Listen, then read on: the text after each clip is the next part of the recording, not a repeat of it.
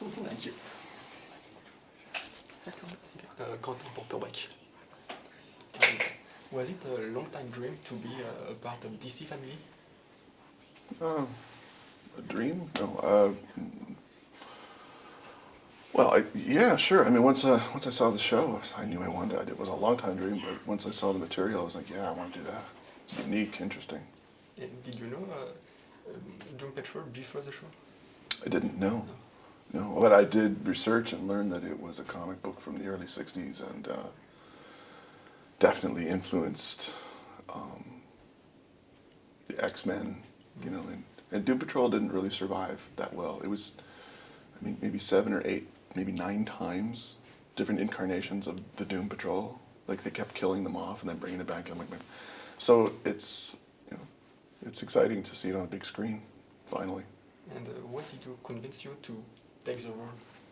Oh, that I would be able to play a man who has had his brain transported into a robot and to join the universe of misfit characters and it be supported by you know, a major entity like DC. Yeah. And you're the first Doom Patrol on the screen, so do you feel any pressure? Say again? You're the first robot man on the screen, right.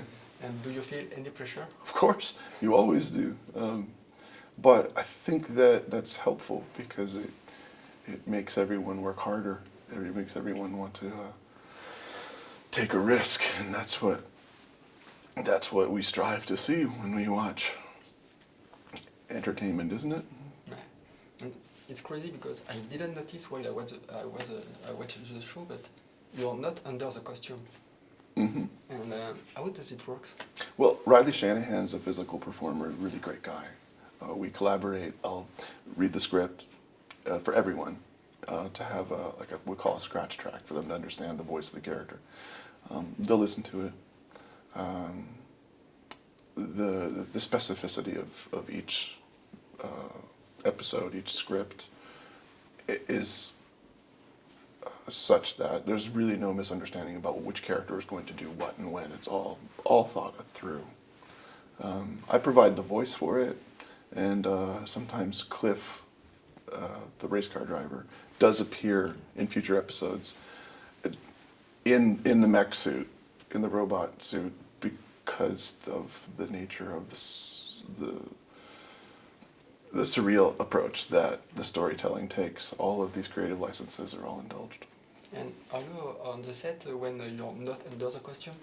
Sometimes, yeah. And was it your choice to have a double for? I couldn't be in 2 places at once, you know. It was a practical reason. It's a matter of it taking a village of people to create all of these characters. Yeah.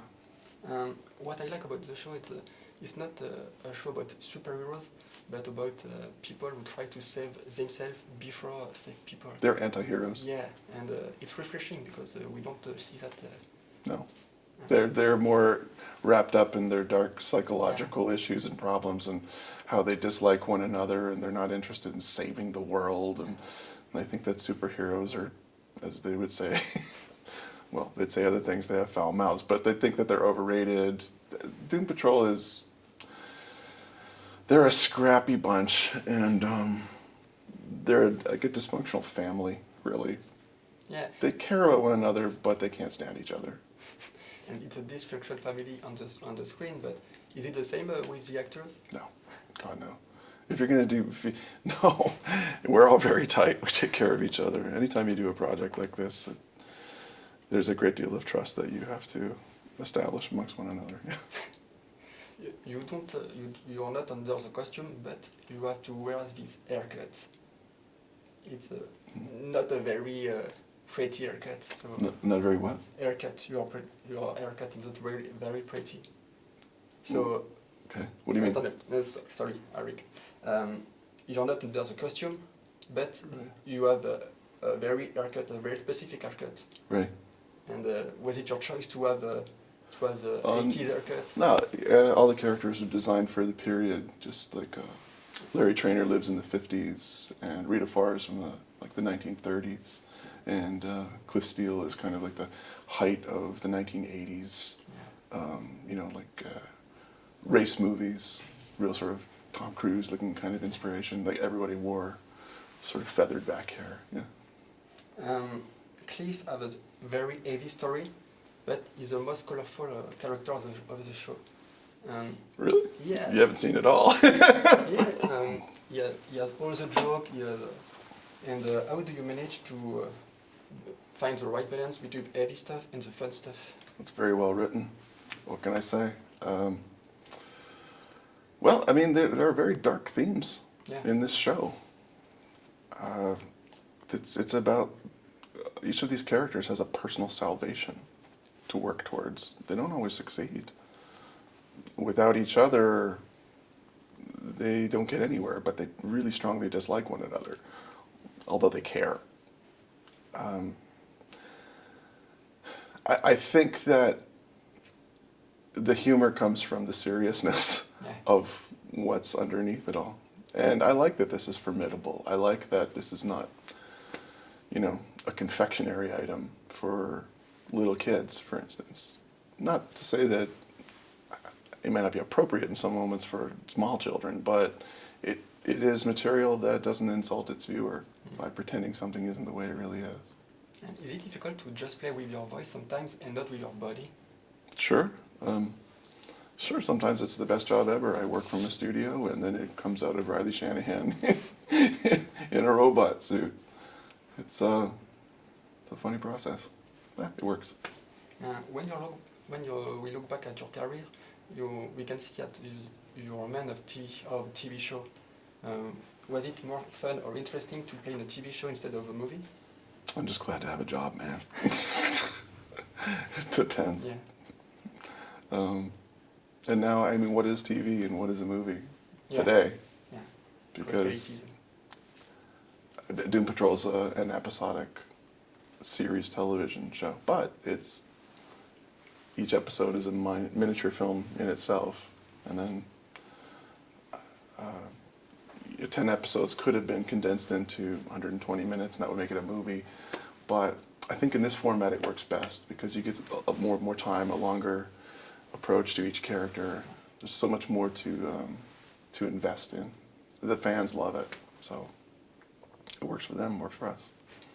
I don't know if you remember, but you have played in Scrubs. Sure, I remember. Yeah, and your last episode on the show is one of the best episodes of the show. Really? Yeah, and every fan. Thanks. And did you know it at the time that this episode would be one of the greatest? No. No. No. If you say so, Yeah. Thank you. Bill Lawrence created that. He'd be pleased to hear you say that. That's nice of you to say. And do you have any memories of the show? Sure, fond ones. Like what? Well, Crystal Lawrence and everybody was great. Yeah, that was in L.A. There was a little broken down former hospital that was the studio space. They were all very funny. I think I came in two, 3 different occasions to. Yeah. They were always very funny. They were like hanging out with the theater troupe, the way they worked. Yeah. They're really good. Do you watch TV show? I do, yeah. Like what? Right now, I watch a lot of cooking documentaries. I find those fascinating. And some serial killer stuff. I don't know why I like that recently, but yeah, pretty much food or serial killers. That's what I'm watching lately. And too much news. Doom Patrol done one episode with Titans. Titans. Oh, I don't know a lot about Titans, so forgive me that, but I will tell you that Doom Patrol is its own universe. Yeah. It has to be. And yeah, we take creative license, and I hope the fans will forgive that. But we had to make a crossover somehow. And it was nice that Titans accommodated bringing those characters to them to reintroduce them. But those two shows are separate and distinct. Okay, so yeah. no another crossover in the future? I don't know. I don't know. I just get sent a script and I read it and I do that. I can't talk to the future. If you could choose, what would you like to do? A sequel of Jaws of the Jungle or of The Mummy? I already did a sequel of The Mummy. Yeah. Twice! Where were you? George, someone else did that. How people react when they see you on the street? They point at me and they go, "Can I get a selfie? What's your name?" "You're that guy. What's your name?" Like that, I guess. Or they go, "Hey, you owe me $50. Pay up." I know you. And my last question is, I read something that you could have been Superman. Is that true? Could have been. Lots of guys could have been. I did a screen test for it. Yeah. Yeah. Ah, cool. With the costume and. Oh yeah, I got to wear the suit. It was really cool. It was really cool. I had to sign a non-disclosure agreement. They gave me the script, which was fantastic. It wasn't the same one that they did with. It was Brandon Ruth and. Yeah. And Brian Singer. Thank you. Yeah, it was different story altogether. It was fantastic. It was printed on red paper, crimson red paper with black ink, so you couldn't photocopy it. And they gave me 1 hour to read it, sitting in an office. It was really good. It was with J.J. Abrams, right? JJ script. Yeah. That was the bomb. Oh well, I hear JJ's done pretty well since then. So You too. let's not cry any tears. I got by. Thank you very much. Sure.